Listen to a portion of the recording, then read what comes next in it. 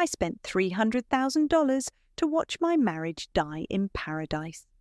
My name is Alison, and until yesterday I thought I was still living my fairy tale. The small-town girl who made it big, married the charming prince, and finally won over his royal family. Funny how delusion works like that. "Champagne, Mrs. Edwards?" The flight attendant's voice pulled me from my spreadsheet. "First class to St. Lucia, the beginning of the perfect 40th anniversary surprise for my in-laws." "Thank you." I accepted the crystal flute, catching my mother-in-law Sylvia's slight eye roll from across the aisle. "Really, Alison, champagne at 10 a.m.? Quinn, my sister-in-law, smirked from her seat.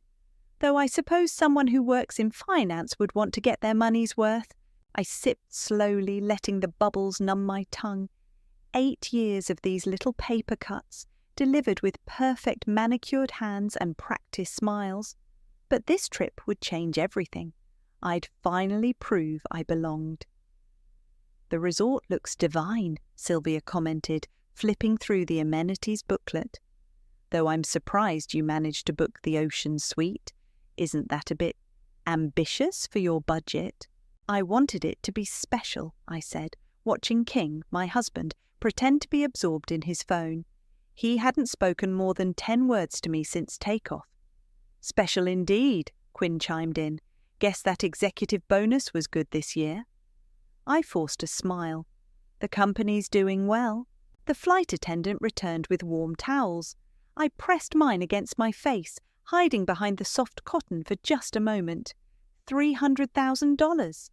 Every bonus, every commission, every extra hour at the office had gone into this week. The perfect rooms, the private tours, the sunset cruise, each detail meticulously planned over sleepless nights. "Darling," King finally spoke, touching my arm, "we should talk when we land." Something in his tone made my stomach clench. "Of course. Is everything okay?" He didn't answer, just returned to his phone. I noticed Quinn trying to suppress a smile. The rest of the flight passed in a blur of champagne and silence. As we descended into St. Lucia, the Caribbean sun painting the ocean gold, I should have felt triumphant. Instead, dread sat heavy in my chest. The resort entrance was a cathedral of luxury, marble floors, soaring ceilings, staff waiting with fresh coconuts and orchid leis. I was handling check-in when King appeared beside me, manila envelope in hand. "Here," he said, sliding it across the counter. "You should read this now." The young concierge, her name tag reading Kaya, glanced between us uncertainly. My fingers trembled as I opened the envelope. The words "petition for divorce" swam before my eyes. "What?" I whispered. "King, what is this?" "Oh, good, he's finally doing it," Quinn's voice carried across the lobby. "We were wondering when he'd get around to it." The room started spinning. Sylvia's perfectly composed face, Quinn's barely contained glee, the pitying looks from the staff. It all blurred together like a watercolour in the rain. "I'm sorry it had to be like this," King said, not sounding sorry at all. "But you've always had a flair for the dramatic. I figured you'd appreciate the setting." "You knew?" I turned to Sylvia. "All of you knew?" "Darling," she sighed, "we all knew this was temporary. You were never really one of us." I stood there, divorce papers in one hand, resort welcome packet in the other, as King walked away. He paused at the elevator, looking back with that smile I used to love. "She's more like us," he said softly. "You'll understand soon." The elevator doors closed on their satisfied faces, leaving me alone in the lobby. Well, not quite alone. Kaya the concierge was still there, horror evident in her wide eyes. "Mrs. Edwards," she started, "I'm so sorry." "Grant," I corrected automatically. "My name is Alison Grant." Something shifted inside me then, like a switch being flipped. All those years of smiling through their subtle cruelty, of trying to prove myself worthy, they crystallized into something hard and cold and clarifying. I looked down at the resort welcome packet, at all the carefully planned excursions and meals I'd booked, at the premium suite keys in my hand, at the credit card authorizations still pending in my name. "Kaya," I said, surprising myself with how steady my voice was, "I think I'll need to make some changes to our reservations." The smile that spread across my face didn't feel forced at all. For the first time in years, it felt absolutely real. The resort lobby's marble floor felt cold through my stockings. I hadn't realized I'd sunk to the ground until Kaya touched my shoulder. "Mrs. G.R. Allison, would you like some water?" A memory flashed last Christmas, spilling wine on Sylvia's imported rug. Her voice dripping with disdain. "Oh, darling, do try to be less common." I stood up, smoothing my skirt. "Actually, I'd like access to a computer." "Of course, you can use the business centre, or I can bring a laptop to your suite." My suite? The ocean view penthouse I'd booked for King and me, while his parents got the luxury villa and Quinn the beachfront suite. All paid for with my American Express black card. The business centre will do, and Kaya, I'd appreciate your discretion. She nodded, leading me through the resort's winding corridors. Each step cleared my head a little more, years of memories crystallizing into perfect, sharp clarity. The time Quinn accidentally spilled about my food stamp childhood at a charity gala. Sylvia's annual Christmas gift, a personal stylist consultation, because we must do something about your presentation, dear. King's gradual withdrawal from our joint accounts, always with a reasonable excuse. The business centre was empty, its row of computers facing the ocean. I sat down, logged into my banking app, and began. "First things first," I muttered, pulling up the flight reservations. Their return tickets were still under my name. Cancel, cancel, cancel. A soft ding from my phone, a text from Quinn. "The Infinity Pool Bar makes divine martinis. Do join us if you're done crying." I switched to the resort's booking system. Kaya had given me full access during check-in. I modified the room authorizations, limiting their stays to exactly one night. Then I transferred the remaining nights of their luxury suites to my card's travel rewards account. My phone buzzed again. Fiona, my best friend. "Girl, where are you? You haven't posted any vacation pics." I called her immediately. "Fee, he served me divorce papers at the resort in front of everyone." "He what?" Her voice rose several octaves. "That privileged piece of... It gets better. They all knew. They let me spend hundreds of thousands on this trip, knowing." "Tell me you're not still paying for them to stay in paradise." I smiled, clicking confirm on the last cancellation. "Not exactly." "What did you do?" "Let's just say they might want to start looking for flights home. Economy flights." "You didn't?" "I did, and tomorrow morning they're getting kicked out of their rooms." Fiona's laughter echoed through the phone. "You beautiful, vengeful goddess! Need me to come down there?" "No," I said, surprising myself. "I need to do this alone." After hanging up, I sat back and watched the waves crash against the shore. 8 years of trying to fit into their world, of shrinking myself to please them, of being the perfect wife, the grateful daughter-in-law, the quiet target for Quinn's barbs. A resort employee appeared with a fresh coconut. "Compliments of Miss Kaya," he said quietly. I sipped the cool water, remembering the day King proposed. How proud I'd been showing off the ring to my colleagues. Now I wondered if he'd use my money to buy it. My phone buzzed with an email notification. My financial advisor. "Unusual activity on your accounts. Please confirm these transactions." I opened my banking app again, this time looking at our joint accounts. There it was. King had been moving money around for months, small amounts at first, then larger transfers, all to an account I didn't recognize. "Oh, you stupid man," I whispered, taking screenshots. "You left a trail." I forwarded everything to my lawyer, then composed a new email to the resort's security office. Subject line: potential fraud investigation. Standing up, I caught my reflection in the business centre's glass wall. I looked different somehow. Lighter. Dangerous. The elevator ride to my suite was silent. Inside, I unpacked my carefully chosen outfits, hanging each designer piece King's family had pressured me to buy, the clothes I'd worn trying to become one of them. My phone buzzed one last time. King, don't make this difficult. Sign the papers and we can all enjoy the rest of the week civilized. I walked to the balcony, watching his family lounging by the pool below. They looked so small from up here, like expensive dolls arranged in a perfect display. "Oh, we're way past civilized," I said to the empty room, raising my coconut in a mock toast. "Welcome to economy class, darlings." I set an alarm for 6 a.m. I wanted to be awake when security knocked on their doors. After all, I'd paid for this show. Might as well enjoy every minute of it. I woke before my alarm, the Caribbean sunrise painting my suite in shades of gold. Perfect timing. The show was about to begin. From my balcony, I had a clear view of the security team assembling in the lobby. Lionel, the head of security, checked his tablet one last time before leading his team toward the elevators. My phone lit up with a text from Kaya. "Security starting room checks now. Thought you'd want to know." I poured myself a mimosa from the room service cart and settled into my balcony lounger. The resort was quiet, peaceful, for about 3 more minutes.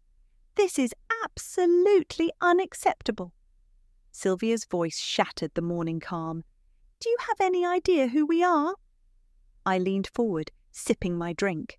Through the glass doors of their villa, I could see Lionel maintaining his professional composure.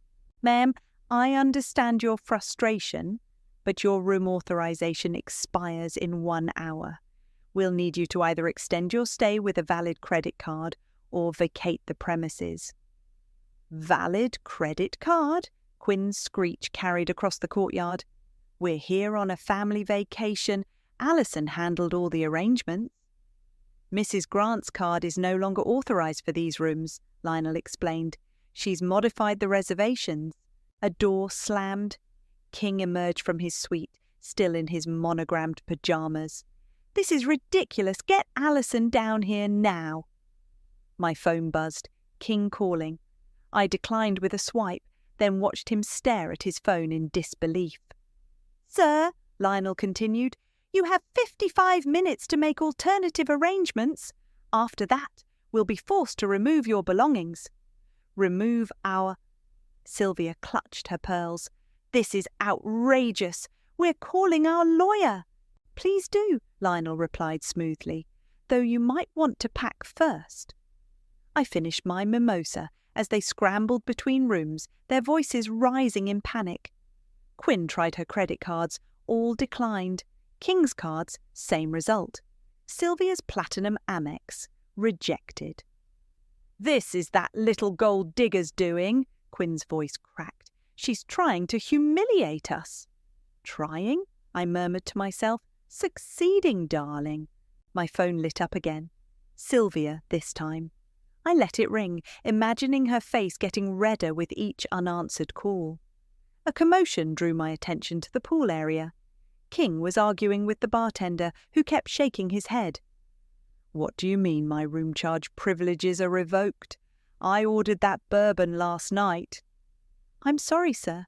The system shows your account has been suspended." I ordered another mimosa through the resort's app, charging it to my still very active account. The same bartender who'd just denied King delivered it personally, giving me a subtle wink. "Thank you," I said, tipping generously in cash. "How's everyone doing down there?" He grinned. "Let's just say I've never seen anyone try to barter a Rolex for a hotel room before." Exactly 1 hour after the first warning, Lionel's team began removing luggage from the rooms. Quinn's designer suitcases, Sylvia's hat boxes, King's carefully packed golf clubs, all deposited in the lobby. "You can't do this," Sylvia was nearly hysterical now. "We're the Edwards family." "Not for long," I muttered, thinking of the divorce papers in my safe. A small crowd had gathered in the lobby, watching the drama unfold. Among them, I noticed a man typing furiously on his phone, occasionally snapping pictures. A journalist, maybe? Perfect. My phone buzzed with a text from an unknown number. "Alison, please, you've made your point. Let's talk about this like adults." I checked the number. King's new phone. He must have switched devices when I blocked his old one.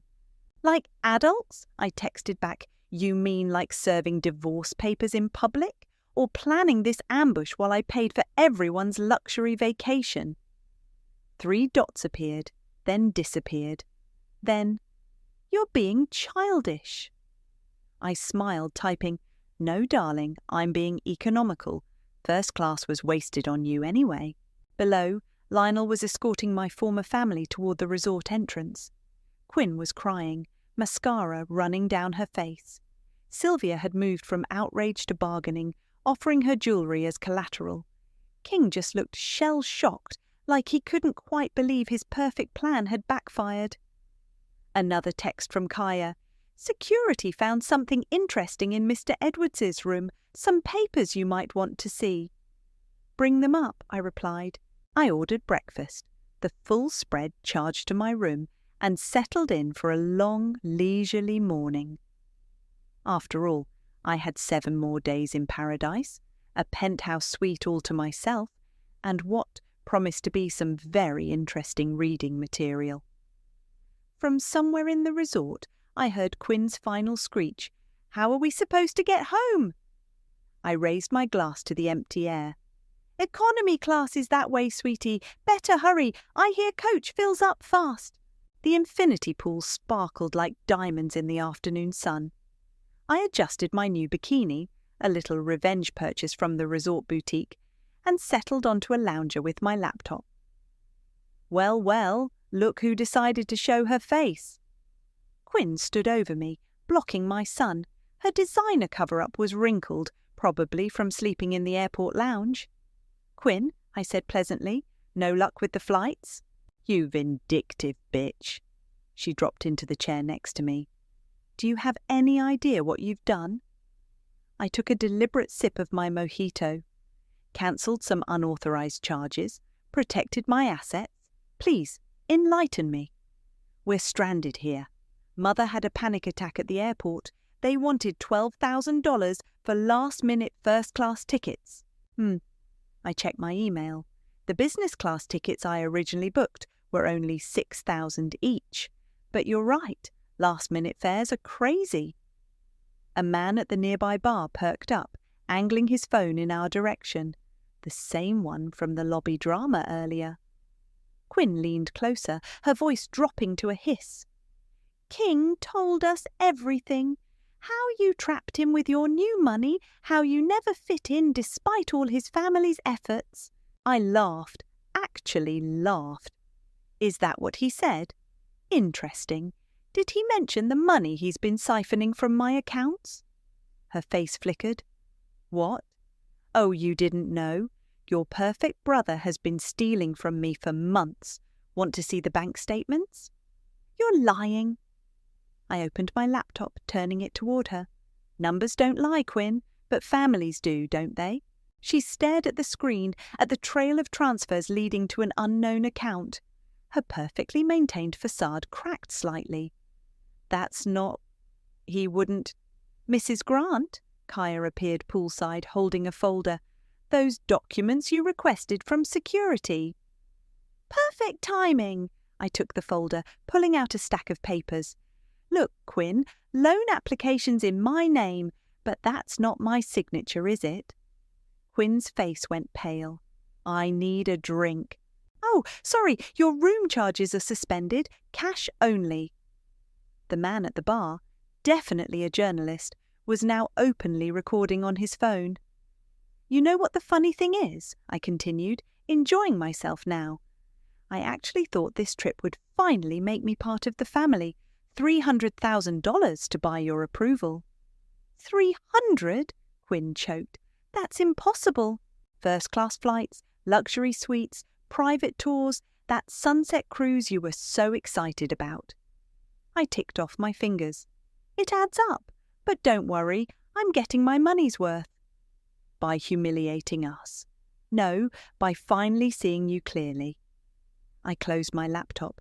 You know what the resort staff told me? They overheard King planning this whole thing.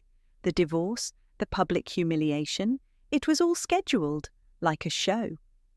Quinn's silence spoke volumes. But here's what I don't get, I continued. Why let me spend all this money first? Why not just serve the papers at home? Because, Quinn started, then stopped. Because he needed the money, a new voice said. I turned to see Kaya, who hadn't left. For her. Her. My stomach tightened. Kaya glanced around, then lowered her voice. I wasn't supposed to say anything, but there's someone else. Someone who's been visiting him here. They had it all planned, using your money to fund their fresh start. Quinn stood up abruptly, knocking over her chair. Quinn, I called after her retreating form, don't you want to know who it is? She walked faster. The journalist approached my lounger. Hi, I'm Carson. I couldn't help overhearing. Would you be interested in telling your side of the story? I looked at his phone, still recording. You caught all that? He nodded. It's going viral already. Wife's first-class revenge is trending. I considered the implications. The humiliation they'd planned for me turned back on them. The perfect karma. You know what, Carson? Let me buy you a drink. I have quite a story to tell. Actually, Kaya interrupted, there's something else you should know about King's visitor. My phone buzzed, a news alert. Someone had posted security footage from the resort. The headline read, Luxury Resort Drama. Scorned wife turns tables on gold-digging family. I smiled at Carson. Looks like you have competition. Trust me, he said. When you hear the whole story, this is going to be much bigger than a viral video. I gestured to the bartender for 3 drinks. Well then, let's give the internet what it wants. But first, Kaya, who is she? The other woman? Kaya's expression was pained. That's just it. It's not a woman. The pieces started falling into place. King's sudden interest in Quinn's friend Jude. The secret account. The perfect plan. Oh, I said softly. Now that's going to make one hell of a story. Your story has 2 million views. Fiona's voice crackled through my phone. Twitter is calling you a queen. There are memes. I was having breakfast on my private balcony, watching the sunrise over the ocean. How bad is it?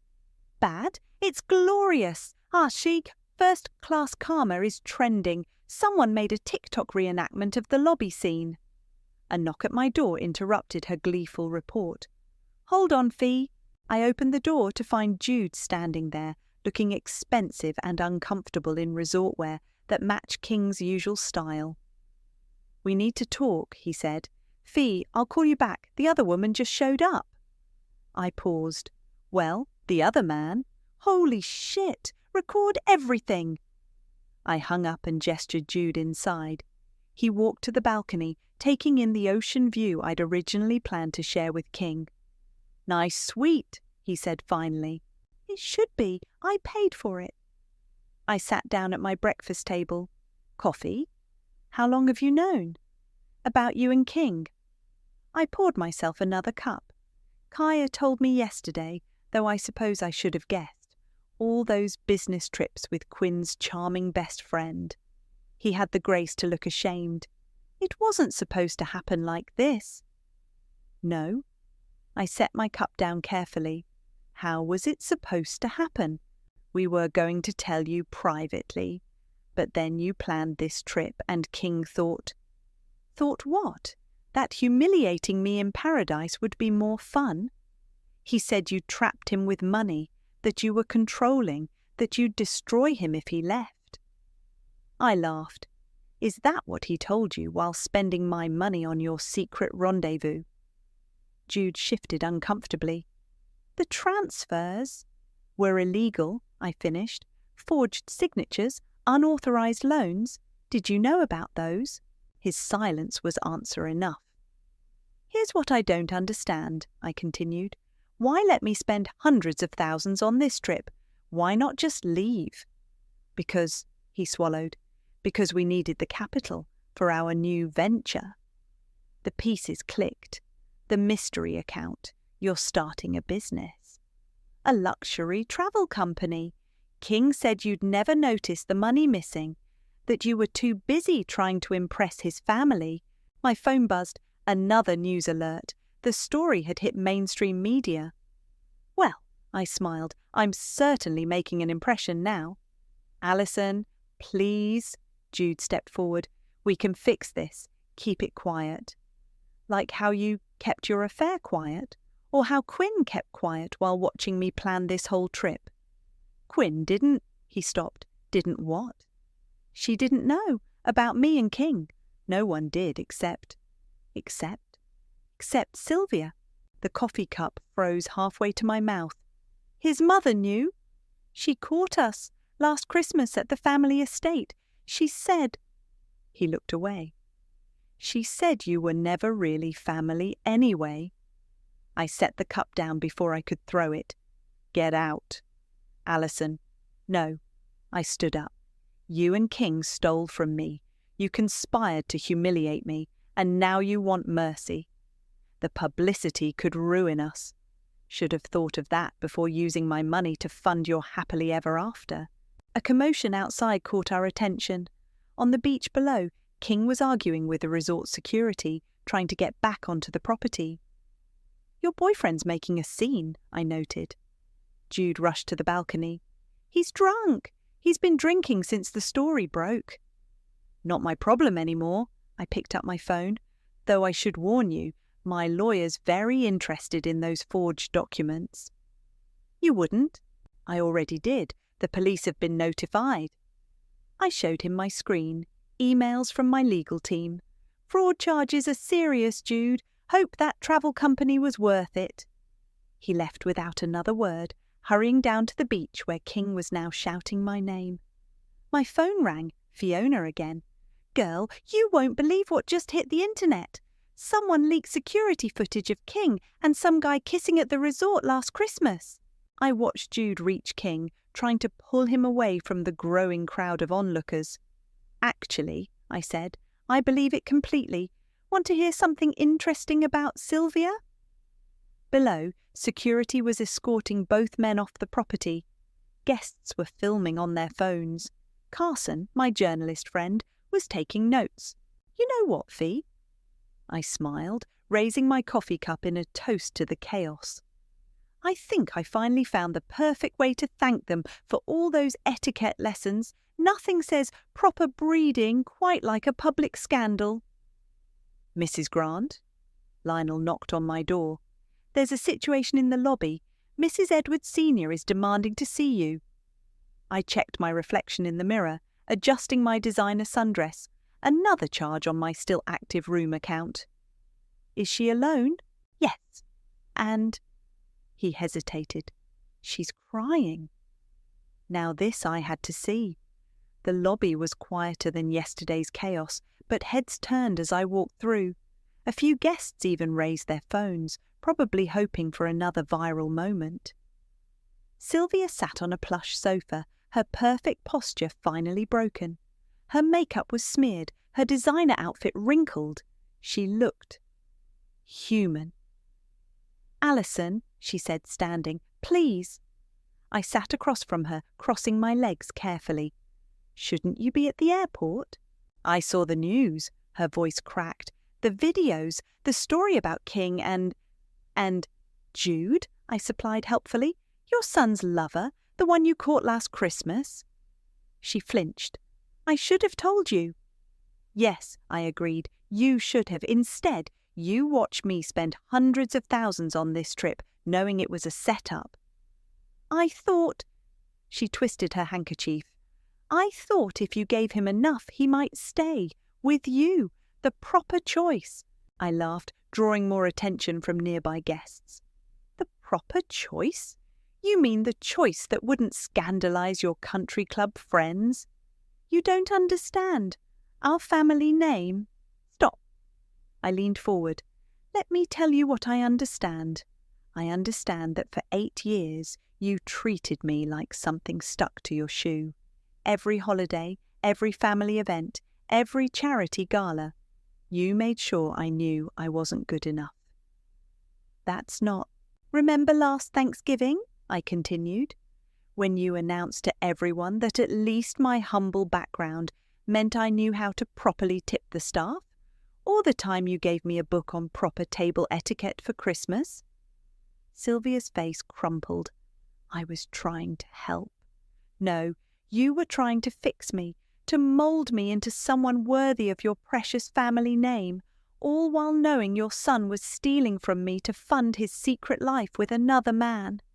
The money, she started, was mine, I finished. Every dollar, my bonuses, my commissions, my inheritance from my grandmother, the money you all looked down on until you needed it.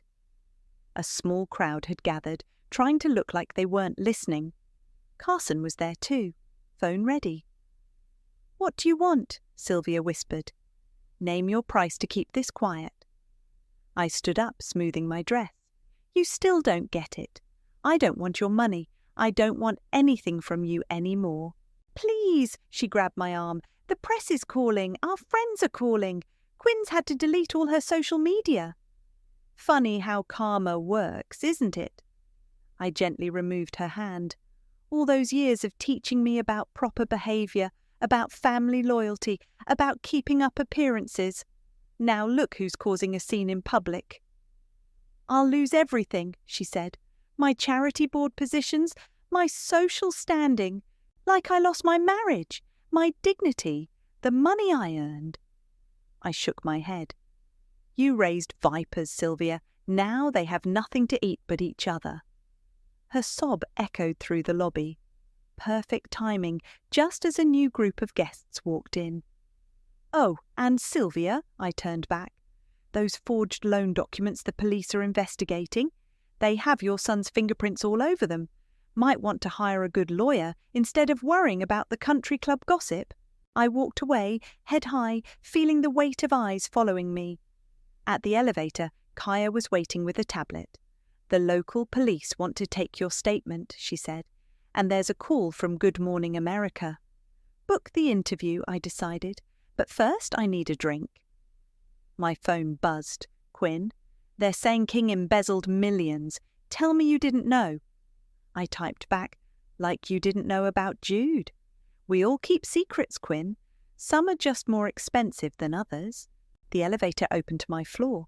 Inside my suite, I found a bottle of champagne with a note from Carson.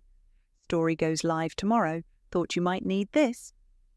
I popped the cork and walked to the balcony. Below, Sylvia was being escorted to a taxi, still crying. In the distance, I could see a police boat approaching the resort's private dock. My phone lit up again. Fiona sending a link.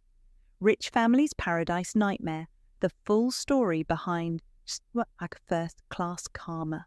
I raised my glass to the setting sun. Here's to proper breeding, I whispered, and the proper price of betrayal. The champagne had never tasted better. The video of your husband's arrest has 10 million views, Carson said, showing me his phone. People are calling it the first-class takedown. We were sitting at the resort's beachfront restaurant, watching police escort King and Jude from their budget hotel in handcuffs. The local news was covering it live. Fraud charges, Carson continued, plus unauthorized access to financial accounts. They're saying it could be years in prison. I sipped my coffee. And the business they were planning? Dead before it started. Investors pulled out the moment the story broke. He checked his notes. Oh, and Quinn's been fired from her charity board position. Something about family values. How ironic! My phone buzzed. Good Morning America's producer confirming tomorrow's remote interview. They'd already sent a professional lighting setup to my suite. You're going to be famous, Carson said. People love a revenge story, but this is Shakespeare-level drama. Mrs. Grant, Kaya approached our table. There's a woman in the lobby asking for you. Says she's your mother-in-law's sister.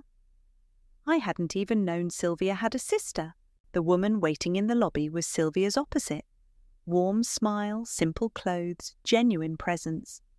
Alison, I'm Margaret. She extended her hand. I've been wanting to meet you for years. But Sylvia, well, she's particular about family gatherings. You mean I wasn't good enough for them? Margaret laughed. Honey, none of us were. Why do you think I wasn't invited to holidays? She sat down. I saw the news.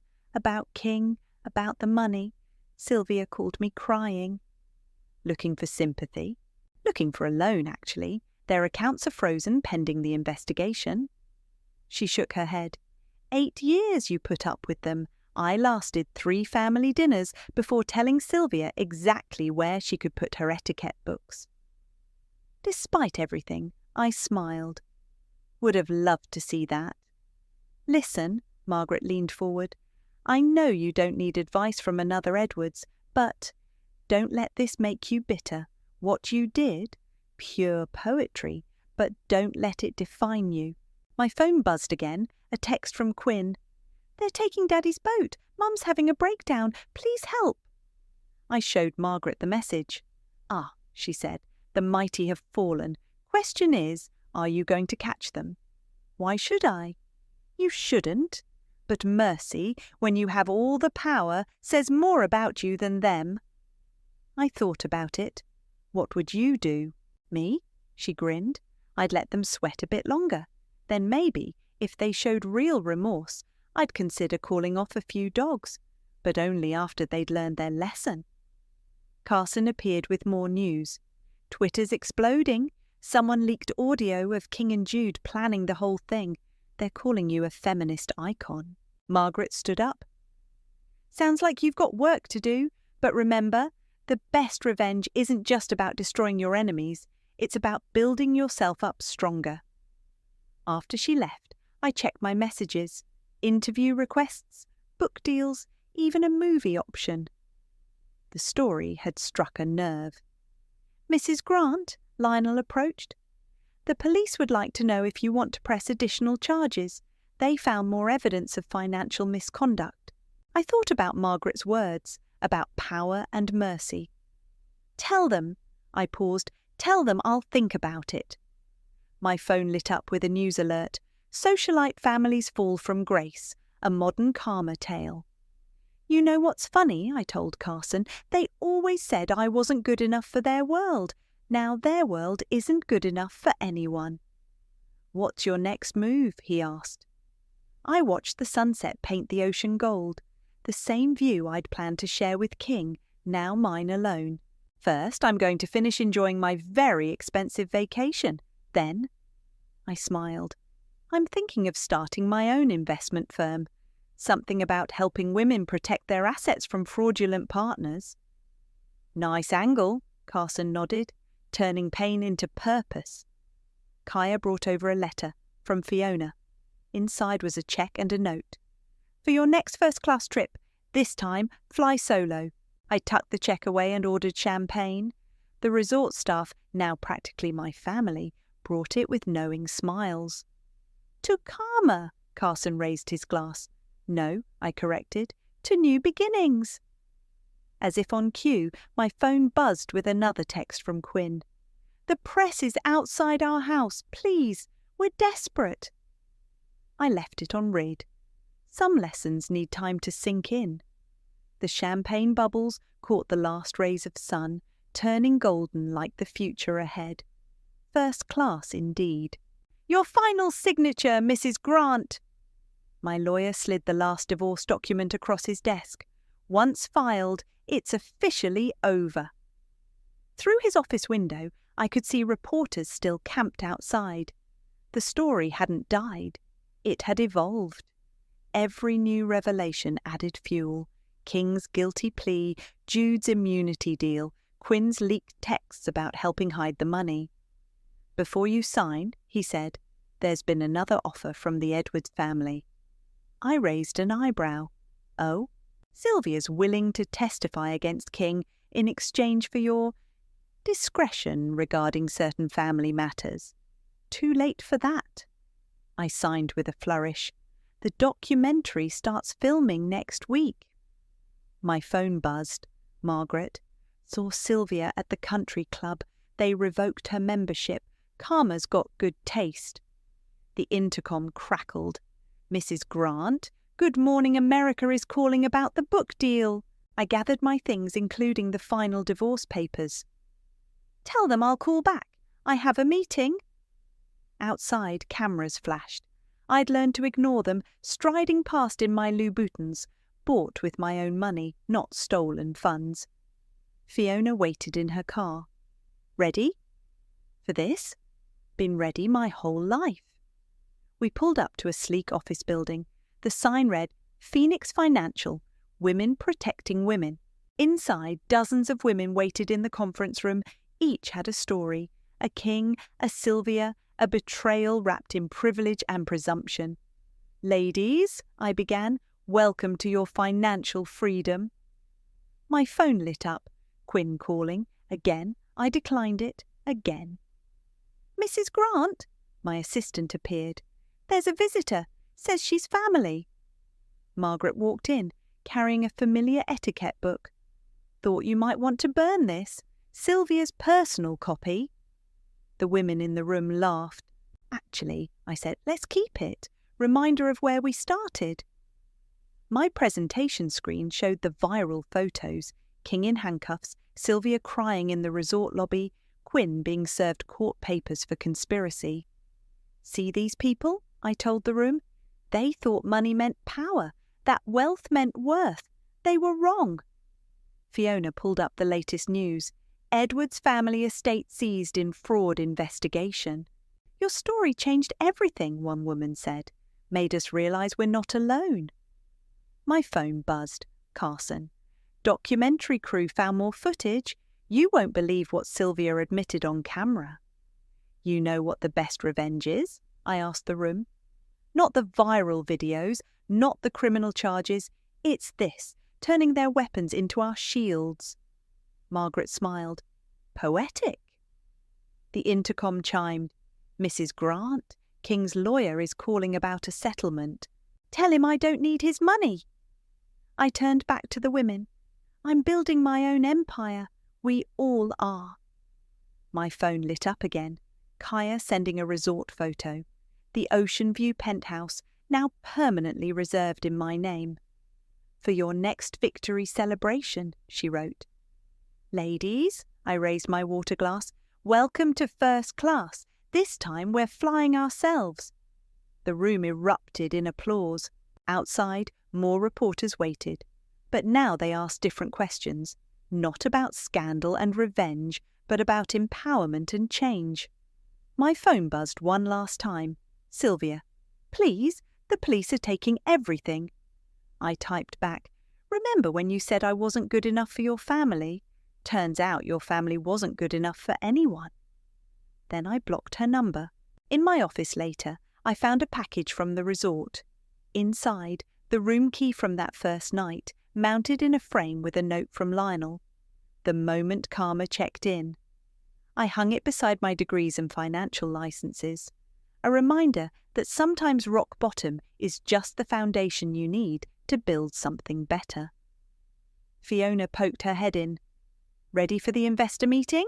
I grabbed my briefcase, pausing at the etiquette book on my desk. 8 years of trying to fit their mould when I should have been breaking it all along. You know what? I smiled. I'm booking a flight tonight, first class, window seat. Running away? No. I touched the framed key, going back to where it started. Some women from the support group want to learn about financial independence. Thought I'd teach them somewhere beautiful. The resort? Where else, after all?